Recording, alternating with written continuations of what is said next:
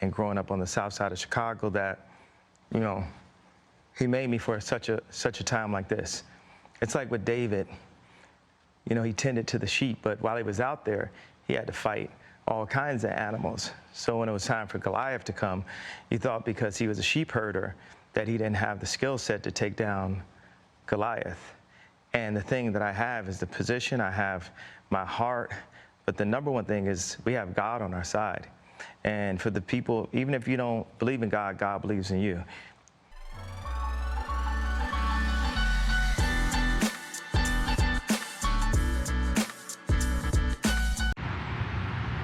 Well, hello out there. How's everybody doing? Is everybody's fake conservative in New York? Christopher Wright, here to position with my momentous walk and talk videos. And remember, like always, if you enjoy the content, to please like, subscribe, and share. Okay, with that said, on to the video at hand. Man, I'm sure you guys heard the news. Recently, Kanye's son, Paris, who's a good friend, Kanye Owens, they had him link up for Paris Fashion Week and whatever. And as you guys know, man, what they wore. So they had White Lives Matter shirts on. So I want to give my 2 cents on, you know, how I feel about the whole entire subject. First and foremost, this is where I stand on it, man. I got to give Kanye credit, man. Very brave move, first and foremost. I'm not against it because I look at it like this. If we want to look at the race situation, the whole thing with White Lives Matter, before he even said anything, I knew where he was going. Because I'm like, if white people came out with this whole Black Lives Matter movement, but White Lives Matter movement, it would have been a whole situation in this country. A serious situation. So we know we wouldn't have gone there because we know the history in this country when it comes to, you know, relationship between white people and black people and what, you know, we've gone through in this country. So the disrespect of it. But, you know, when blacks do it, it's okay. That's what the Democratic Party says it's okay. But is it really okay? Because they want to try to make the conclusion that blacks can't be racist. Anybody can be racist. Doesn't matter what color skin you are. If you're against another race of people, then you're racist. So if you tell a group of people they can't be racist and they can't be hateful and stuff like that, they're going to run with that and be crazy with it. And that's why with Black Lives Matter, I'm in New York. You guys know during COVID, what's happening here. They're burning down buildings, rioting, looting. A lot of them were getting coached by racists, in my opinion, Antifa members who were telling them, do this, do that. Go in there and rob, go in there and steal. You get a charge while we get the clout. That's what that was about. So I respect what he was doing, the message he was saying, and he got a lot of backlash for it, and I get it, but, you know, it needed to be said, you know.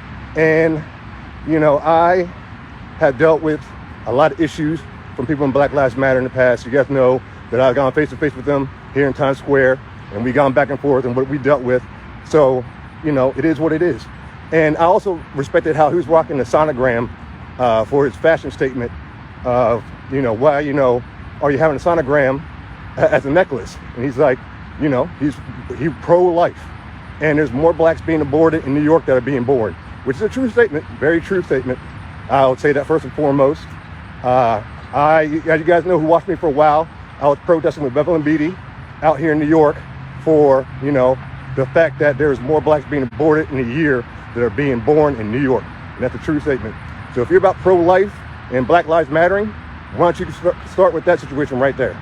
Start there. That's where you can start. And guys, forgive me. You know, as you guys know, man, I'm going through a lot right now in New York. It's just getting real crazy here. And, you know, there's a lot of stuff that's going on is related to what the Democrat Party has brought to this city. And they are being a hamper on society right now. They're being a hamper on the black community.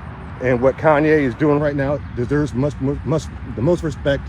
He brought up his father, who was a military brat. As you guys know, I'm a military brat. Growing up, I would hear, you know, because I spoke properly, oh, you sound white, or you're trying to talk white. And it's not talking white, it's sounding educated. Big difference between talking white and sounding educated. Anybody can sound educated, no matter your race, your skin color. If you're an educated person, you're educated. And society and the media, and he mentioned a godless media. Yes, it is a godless media. And he's mentioning the fact that they have portrayed the black community to celebrate thug culture. That is a big problem. Thug culture they're celebrating. So in the black community, to be a thug is to be black. It's to be okay to be black if you're acting like a thug. But if you sound educated, you're acting white. That is crazy in my opinion, because if you know the history of the country, look at the Harlem Renaissance, when blacks came up from the south to the north, back in the late 1800s, you know, all the way to the mid 1900s. When they were coming up here, they spoke very clearly. They had a strong family structure, strong Christian values, a lot of positivity going on in the black community in that time frame. But that gets covered up in American history. So when people say it's a black thing to sound like a thug, it's a black thing to have baby mama drama and baby daddies and baby mamas, that's a dead lie if you know American history. Because the black community had the less amount of babies being born out of wedlock in the 1930s. And that's true at all races. So how do we go from having the strongest family unit to having baby mama, baby daddy drama? The Democratic Party and the mainstream media. There's your answer right there, folks. The mainstream media and Democratic Party. Democratic Party puts in the government assistance programs and the household that puts the father out, combined with the media telling black people what they are, how they should act, who they should be. So that combination right there is what destroyed the black household. And guys, please forgive me. I'm going through this right now. Getting tough taking care of. That's why you hear me a little lisp right now. That's what's going on with that.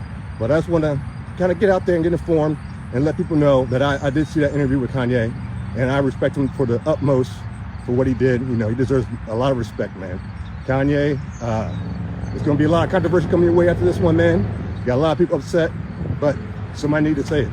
And Kanye, being the first one to come out and really speak on that behalf of the black community like that, and really stand up and make it clear what he meant with the whole White Lives Matter thing. You know, it wasn't him being a coon or Uncle Tom or bowing down to the white man. It was just, like he said, stating the obvious. White lives do matter. And all lives matter. Black lives, white lives, Asian lives, Hispanic lives, Jewish lives, all lives matter. And I know people on the left, when they hear that, they go, oh my gosh, okay, whatever. But it's true. We're all God's creation. And that's another thing, man, I respect about that interview, is when he brought up, you know, how God is influencing all this. And God makes his warriors for a particular time. And I feel that I'm one of his warriors for this time as well in New York. You guys know who followed me for quite a bit of time. I mentioned my spiritual sister, Kanye Green, who, only reason why I'm in New York, because when I was in Georgia, when I left Florida, she had a dream that I was in New York doing something political very important. And because of that dream, I told her I'm going to move to New York. And here I am with the CRA, Conservative Republican Alliance in New York, doing what I can in New York. And I give God all the glory, because the only reason I'm here is because of him. So, you know, this is a time for Americans to wake up, for Christian Americans to wake up, and it's time to fight for what's right.